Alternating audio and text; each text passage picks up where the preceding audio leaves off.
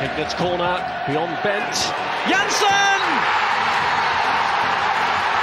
And Blackburn Rovers are 18 minutes away from a Premiership return. As far as Stewart, just outside the penalty area, clips it central for David Dunn. David Dunn equalises! It just had to be. Dax corner and it goes. Glance towards goal, and Rovers have taken the lead. And Charlie Mulgrew has scored his 14th of the season. It may well be the goal that sends Rovers back into the Championship.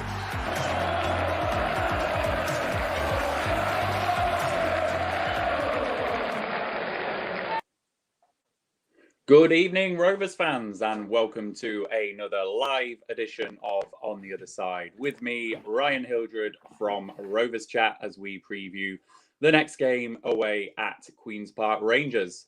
It was last gasp for Rovers last time out at Ewood Park as we finally dispatched of bogey side Luton Town. And we have got the chance to make it 3 wins in a row as we travel to the Kiyan Prince Foundation Stadium tomorrow afternoon. And I'm delighted to welcome back Charlie from the Talking Rangers podcast back to the show. How are you doing, Charlie? I'm very well, thank you. Thank you for having me back on this evening. No, good to have you, mate.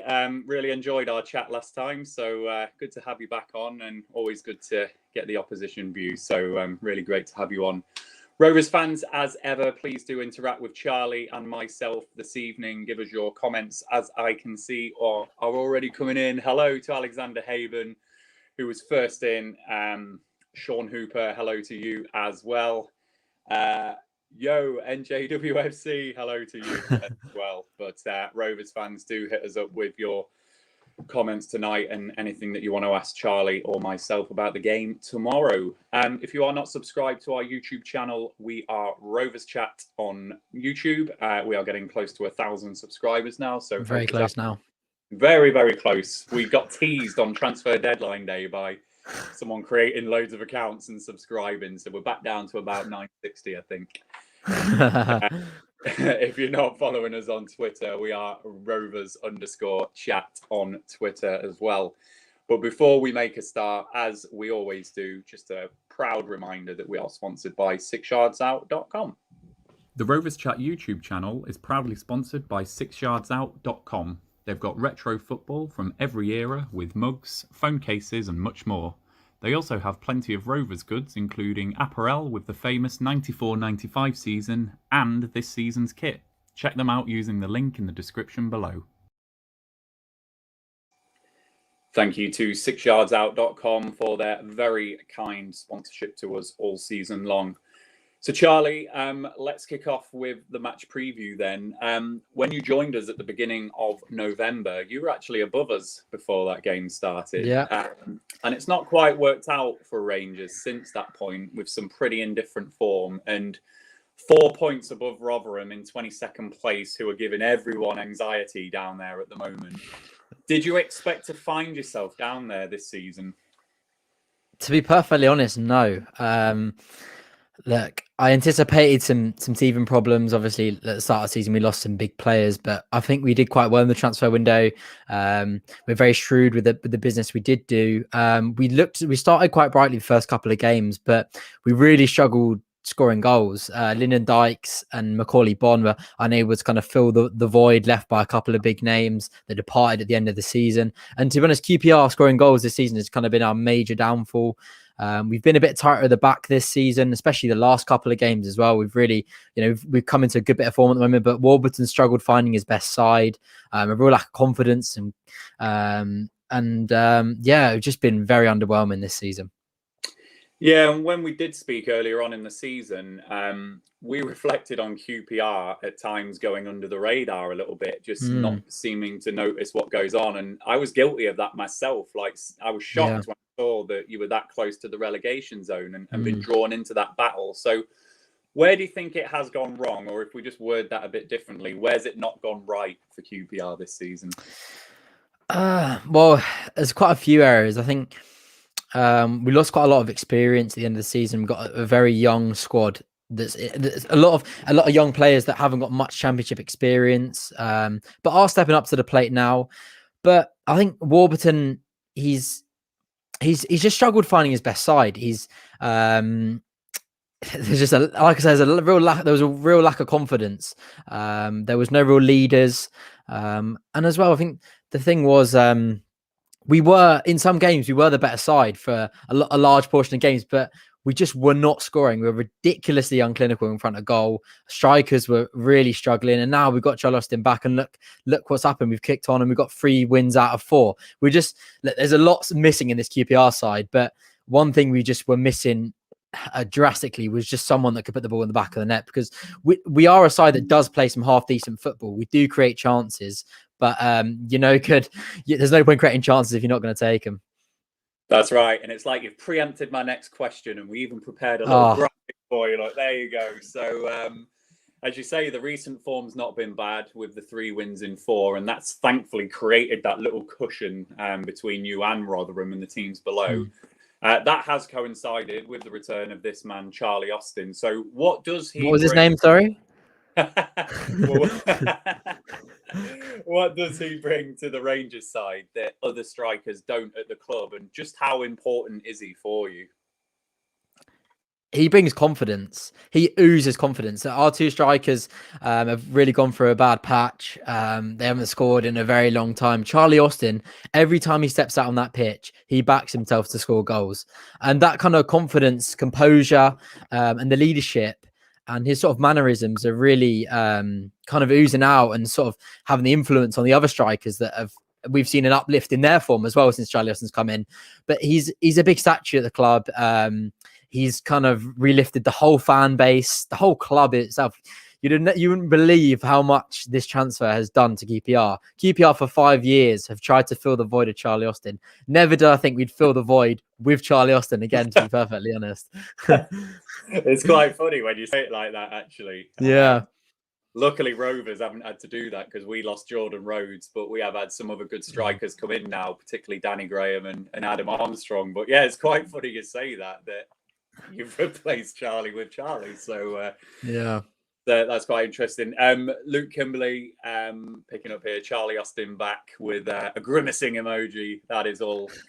And then we'll probably come back to this one when we preview the side, Charlie, a bit later on in the show. But Alexander Haben, QPR have got some good players, so we'll come back to that one, Alexander. So Charlie, if we look at QPR in a bit of detail, then it's 7 wins, 9 draws from your 26 games played this season with the 10 defeats. So you find yourself in 17th place. As you say, 3 of those 7 wins have come in the last 4 games. So the form over the season appears to be quite patchy, quite up and down. So have you just struggled to get that kind of consistent winning run together all season? I think QPR as a club have struggled for the last 5 years to string any consistency together. Hence why we've had a ridiculous amount of managers. But it's very QPR, we come into a good bit of form, and I'm sure soon enough, sadly, it'll probably decline again. Then Warburton's head will be called for, and then he'll sometimes manage to rescue his job. But it's very QPR like. But sitting there 17th in the table. But those 3 wins you mentioned from the last 4 have all been on the road, which is very interesting because that's very un-QPR like. It's quite out of character. QPR, a side that normally do very well at home and have struggled on the road. So that's the last time I think we've had 3 back-to-back away wins in about, I can't remember how many years, but 5 or 10 years or something ridiculous. So yeah, very interesting. We have struggled at home of late, so it's probably going to play into your hand. But it's interesting. Like I say, QPR's consistency has been horrendous, but 3 out of 4 wins, I'm not complaining. Very similar to your form. 3 wins from 4 and 1 draw, though, our loss. That's right. I swear you're definitely reading my script for tonight, though, Charlie, because that my next question was going to be, I've always associated Loftus Road or the Kiyan Prince as a difficult place to go. And it's a fortress for us, yeah. Yeah, and we lost there last season as well. So surprisingly, it is just the 3 wins at home for Rangers from the 12 games that you've had. So what's the reason, do you think, for the struggles at home? And have you been unlucky? What's going on at home? I don't know. I can't quite put my finger on it. It's been something quite weird since even football restarted at the tail end of last season. We came back in the first game at home, absolutely appalling, an embarrassing defeat to Charlton. We've never really kicked on, even I think probably I'd have to look at it, but a stat probably from when we came back in the last season behind closed doors and at home for this season, I'd probably be horrendous win percentage. I'm not sure what it quite is for QPR at the moment at home, but it's got to change. And Warburton has just managed to keep his job by this away form he's stringing together at the moment, but it's not good enough. To be honest, I don't think I can put my finger on it. We just don't seem to play well at home.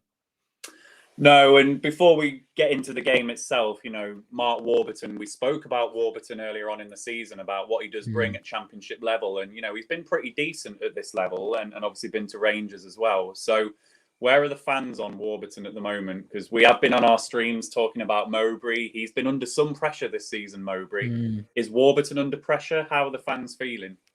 Definitely. It's been quite an interesting one, to be perfectly honest. If you cast yourself just back before Charlie Austin signed, Warburton for a good month or so, I'd say I ran a couple of polls. There's about 70% Warburton out. A lot of people were very, very strongly calling for Warburton's head. But all of a sudden, he managed to string together a couple of wins. He's been given the transfer window. He's brought in a couple of good faces, and it seems that he's got a lot more time on his hands again now. Kind of the pressure's been kind of taken off. It's been eased, and yeah, it's kind of QPR fan base. It's been a problem with us for a while that sometimes, you know, we don't quite give the patience we should to managers. I think Warburton, he has done a good job at QPR. He's been dealt a terrible deck of cards, and he's done well with what he's had. But then people are quite quick to forget, you know, what he has done when it starts to go wrong. But we are very close to the relegation zone, and QPR should not be there. But that's the thing. If we carry on this decline, I think he probably may have lost his job. But it looks as though the board has given him the transfer window. He's brought in the faces that he wanted to, someone that's going to bring goals back to the side. And I think hopefully we should start to slowly climb back up that table away from that drop zone. Yeah, I think, do you know what? You know, we've discussed it at length on our streams, you know, particularly when Mowbray was under pressure. I think at this level, when you do sack an experienced manager, you've just got to be really careful who you replace them with, because you just see that merry-go-round going all the time. Like Mick McCarthy ending up at Cardiff. I mean, yeah, he's had a good career, but you just think, is that what you want? It's the most uninspiring appointment I've seen in years. Exactly. So I think you got to be careful with that. So yeah, so good, you know, good for QPR fans that you're kind of sticking with Warburton and, you know, just going to try and get behind the club a little bit, I guess. Always good when opposition fans come and join us. So I think you've brought some with you, Charlie. Hello to Noah and hello to Ethan. Good to have you along. This is always a friendly space on the other side with us. So, Charlie, in the last game at Ewood Park, then, it was a 3-1 win for Rovers just before that international break. And as I said to you, Rovers were on some patchy form at that time ourselves. We were only 1 win in 7 at that point. And just little rumblings of Mowbray under pressure at that point as well. I vividly remember you forgetting Lyndon Dykes' name on that last Yes, I was thinking about this today. I think I better get it written down on a nice big bit of paper just so I can remember his name. God. So he actually scored in that game and scored a penalty. And actually, after you equalised, you had us on the wobble a little bit. So what's your memories of that game? And, you know, how do you think QPR did? Yeah, it kind of exposed our sort of defensive weaknesses, how slow Yohan Barbe and Rob Dickey are at the back with some of the counter-attacking, very attractive players you have going forward, the likes of Adam Armstrong, who's been phenomenal this season, I must say. But yeah, I think that second half, I think it was 1-1 going into second half, can't quite remember exactly. Or was it, you may have 2-1. But I remember QPR, I think we really brought the game to coming on to probably I think it was the second third of that game, and QPR really growing into it. We put a lot of pressure on you, and I think Chris Willett came close with an effort just right at your post, and then you caught us again on the counter attack. It was very frustrating, but you were very reminiscent of what QPR were lacking. You know, you were lethal on the counter attack, and you were able to score goals with what we weren't at that stage of the season. I mean, we scored a couple in the last couple of games, but I'm sure we'll still have that problem rising again soon.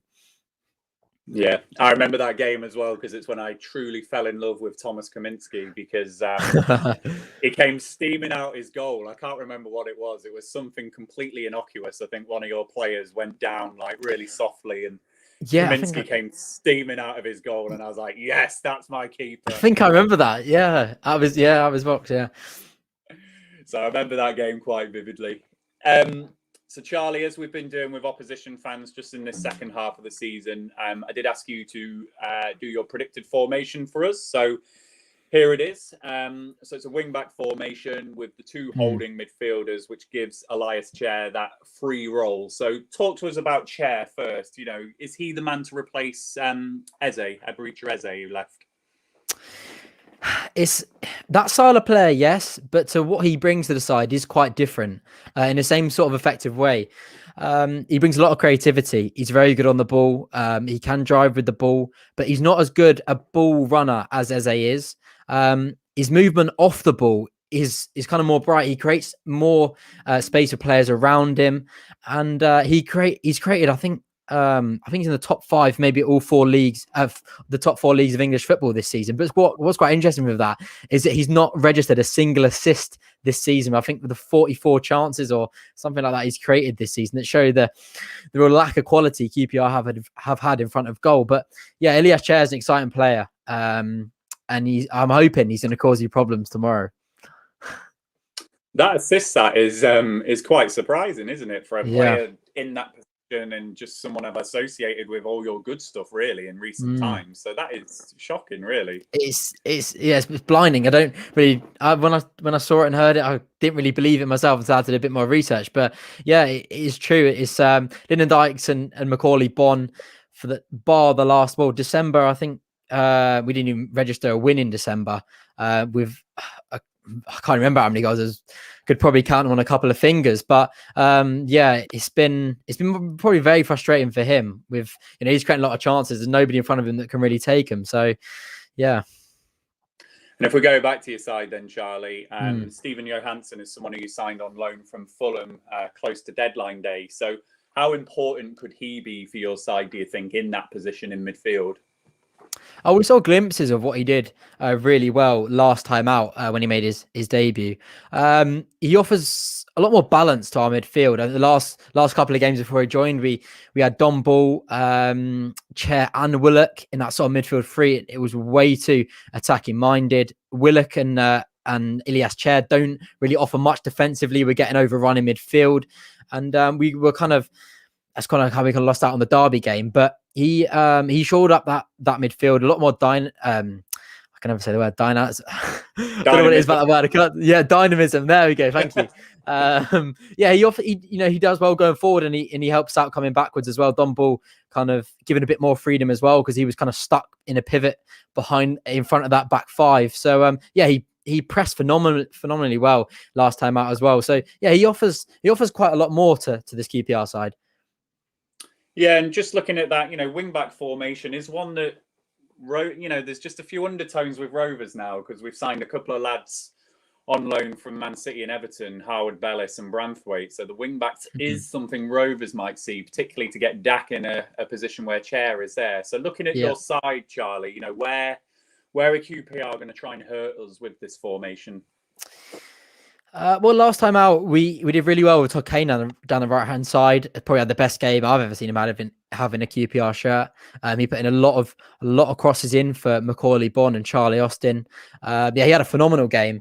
As well with 𝐿𝐼𝐾𝐄 𝐶𝐎, sometimes he can drift off onto either flank and support either wing back. I mean, Lee Wallace has nothing going forward, so you won't really have to worry about your right-hand side. But 𝐿𝐼𝐾𝐄 combining Johansson got in some quite advanced positions and supported the front three. So did Dominic Ball, did a lot of charging runs forward. So it is quite a dynamic QPR side. Wallace and Kane are probably the most uninspiring fullbacks in the league, but Todd Kane can be effective on his day.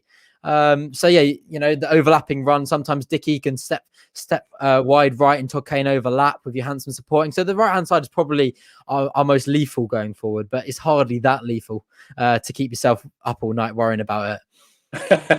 Well, he is a former Rovers player, Todd Kane, so yeah. I'm a superstitious Rovers fan, and he hit the post, didn't he, actually, at Ewood Park? He did, yeah.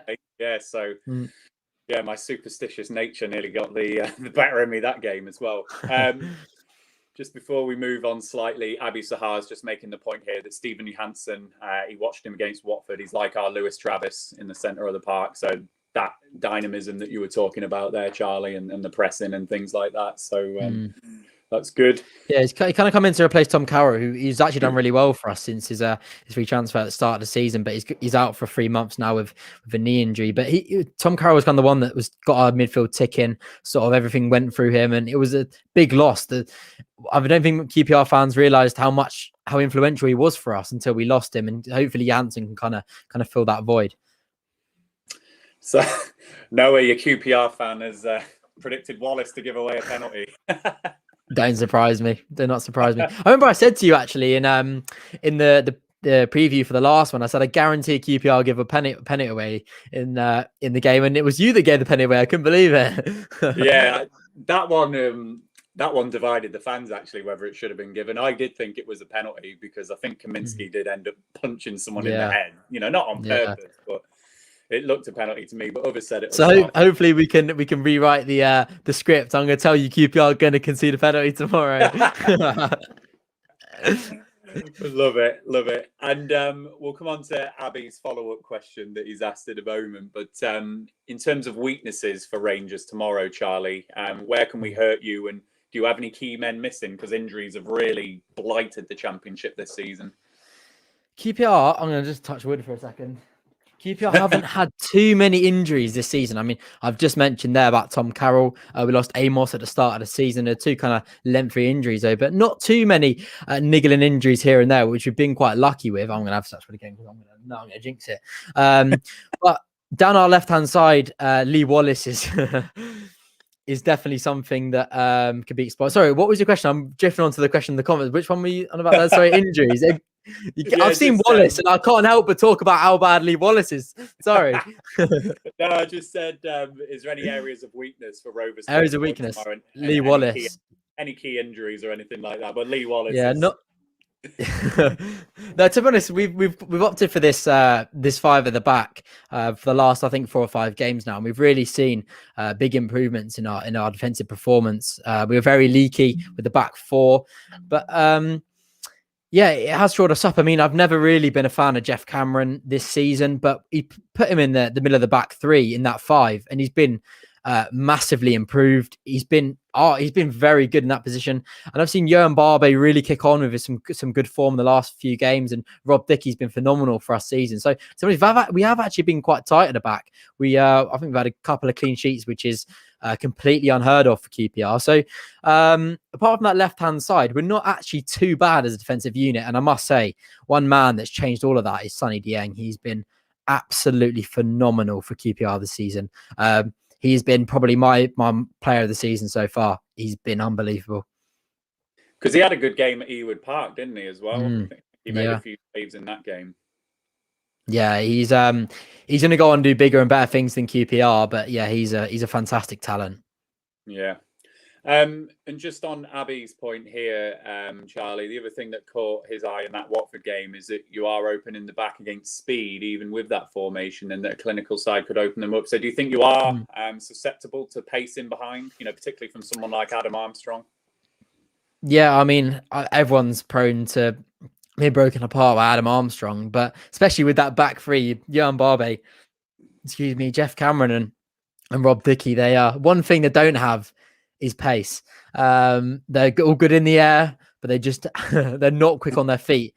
But we have been sitting quite far back, and Wallace and Todd Kane haven't been the most advanced fullbacks. So they still do sit fairly deep. And last time we played you, we did play with the 4 at the back and not this 5. So we have set ourselves up a lot better, and I'm sure QPR will be very wary to getting turned inside out again like they did last time against Blackburn. So I think this time we're more set up for it, but I'm not overly confident. But hopefully we can pull through. Sure. And what sort of game are you expecting from QPR? You're potentially looking over your shoulder at Rotherham and teams like that, but you have got the 3 wins in 4 games, so you've got reasons to be confident. But this is a side in Rovers that we do like possession, but also we can be dangerous on the counter attack. So with all of those things combined, how do you think QPR are going to approach the game tomorrow? Are you going to try and sit back and maybe soak it up, or are you going to go for us a little bit? It's interesting because like we were at the start of the season, and I remember saying to you in your preview, like, we dominate the ball, we bring the game to you. But with that kind of 4 at the back, we then had in the last formation, 4 at the back, sort of 5 in midfield and 1 up front. Now we've got 5 at the back and 2 up front. We've only got 3 in midfield. We don't really dominate the ball in the middle of the park as much as we used to. And as well, now we've got 2 up front. It's a little bit more disjointed, our sort of play. We've been really struggling with linking, transitioning play from defense to attack. And that's kind of why, although we've got these better players at the end of the pitch that can take chances now, we're not creating as many. So, you go for this balance. I'd like QPR to be a bit more fluid with the 5 at the back. I'd prefer a Jeff Cameron to transition between being in that back 5 when we don't have the ball and transitioning into the midfield when we do have the ball, and trying to aid that sort of dominating the midfield, because we have not dominated the midfield in a good couple of games now. So it's something that I think I wouldn't be surprised if you did have the larger spell of possession and QPR maybe sit back a little bit. But QPR I think will try and exploit in the more wider areas and get the ball into the box from crosses for the likes of Charlie Austin to get on the end of. So, yeah, it's going to be an interesting one. It'll be probably a different sort of style from the QPR I saw at the start of the season. But, I think it's going to be an interesting encounter. Yeah, and certainly teams have had joy against Rovers this season. If you do let us have the ball and, do keep it tight and set up to frustrate us, that can actually be a successful tactic. We have struggled at times to be clinical, but I do think at some point it is just going to click in a game like that. It has already clicked in some of those 4-5-0s that we had early on in the season, but particularly in this latter phase of the season, if a team is going to allow us to do that, I do think it's going to go bang, bang, bang one game. So I think it can be a dangerous tactic there. And before we move on to score predictions, so Rovers fans watching in and the QPR fans as well, give us your score prediction in the comments whilst I ask Charlie this final question. How was the January transfer business? So obviously you're looking over your shoulder a little bit. You've signed Charlie Austin, which is a fantastic signing. So do you think you're well set up now to finish the season stronger and have no doubt of relegation? I'd like to hope so. I'd really hope that we're starting to look a little bit in front of us than behind. But I mean, look, we're not mounting any charge towards the playoffs or anything. But hopefully just, maybe a 15th finish would be nice. But it's interesting. I think QPR they'll be up for this one. 3 wins from 4, and they'll be really looking to put this sort of bad run of form at home behind us. But I think we've got a chance, and I'm backing us. Oh, okay. We'll get your actual score prediction in a moment, but just going back to the squad and the January business then, Charlie. So did you manage to make any other good signings aside from Austin and Johansson? Anyone else difference? Yeah, Charlie Austin is obviously a great signing on loan. We obviously lost Tom Carroll, so we've got Stefan Johansson, and we got oh my god, it's come to me. I nearly forgot another player name then. We got Sam Fielding on loan from West Bromwich Albion. I must admit, I didn't know too much about him before he joined the club, but he looks a shrewd bit of business, 22 years of age. He's supposed to have quite a lot of ability in central midfield, and supposedly with the option to make it permanent at the end of the season. And as well, we shored up with another defensive option, 𝐷𝐕𝐈𝐃, I think it is. I'm not sure quite how to pronounce it, from Hull. He hasn't had a lot of first-team football in a long while, but he supposedly has quite a lot of ability and hopefully can give us some more depth at the back, because we are light in numbers. So I think another key area we did need to improve was left back. We're very weak in to be honest, both full back positions we do need improving, but I feel like they'll address that come the end of the season. But yeah, I'm happy with sort of the business we did in the transfer window, and it's definitely kind of set us up hopefully to move on and progress come the end of the season. We'll get your money on Sam Field to score, Rovers fans, because Charlie nearly forgot Sam Field's name. And yes, that time with Lyndon Dykes, he ended up scoring 𝐕𝐈𝐃 Park. So get your money on Sam Field, anytime goal scorer tomorrow. So some of the predictions are coming in now from the Rovers fans. So keep them coming in, Rovers fans, and we'll pick them off at the end of the show. But Charlie, going to put you on the spot now. What is your score prediction for the game tomorrow? I'm awful at score predictions, to be perfectly honest. I've got a feeling it could be 2-1 QPR, but then at the same time, I feel like it could be 2-1 Blackburn. But I'll go with our boys. I'm going to go 2-1 QPR. You can tell there's not too much conviction in my voice there, but yeah, we'll go 2-1 QPR. Before I come on to the score predictions, Autumn Penkridge with a little cheeky comment here. So the Ars fans on our stream, am I tooling up as we speak with decisions, a natty Burberry cap or cheeky Stone Island bobble? Love it, Autumn. Get your score prediction in as well, Autumn, and we'll pick that off. So we'll come on to the score predictions in a moment. Mine tomorrow. I always get nervous when Rovers are going for 3 wins in a row because we don't do it that often. But there's just something about the club since the January transfer deadline and making those signings, Harry Pickering and Harwood Bellis and players coming back now, Daki's back, all that type of stuff is starting to feel good for us. So I'm also going to be confident. I'm going to predict 2-1 the other way, Charlie. Right, okay. Wouldn't surprise me if Charlie Austin scored, just given the quality he is and obviously the Burnley connection as well. But 2-1 Rovers, I'm thinking. Fair enough. There we go. So I think Mark Whittle was first in. Mark Whittle has gone 2-1 to Rovers. Sean Hooper has gone 2-1 to Rovers as well. Austin for them, Armstrong and Dak for us. Noah has gone 3-1 Rangers and Skinky Loan, I hope I pronounced that right, 2-1 QPR. Abby Sahar, if we score first, it's 4-1 Rovers, else it's a 1-0. And he's qualified that with scoring first in the 20 minutes. So, Rovers have to score first, Charlie. We can really struggle if we don't score first. So, if we do get that early goal, then we'll be more confident, that's for sure. Alex Isherwood, tomorrow is a must-win for us. I'm going 2-1 Rovers. Mr. Concept, 3-0 Rovers, and Gillis Sadak, 2-1 Rovers, although I'd like a wider margin. Yeah, so would I, Gillis, but I do think QPR are on a little spot of decent form at the moment, and I have always associated Loftus Road as a hard place to go, so I've got no reason to change. Not at the moment. We'll have to work hard tomorrow. It's quite interesting. 2 sides both colliding, coming into a good run of form, and most likely one of them's going to be ended with the game tomorrow, so we'll have to see who it's going to be. That's it. We'll see. But it should be a good game of football. And I think QPR are set up to play football as well at times. So, we'll see how the game goes.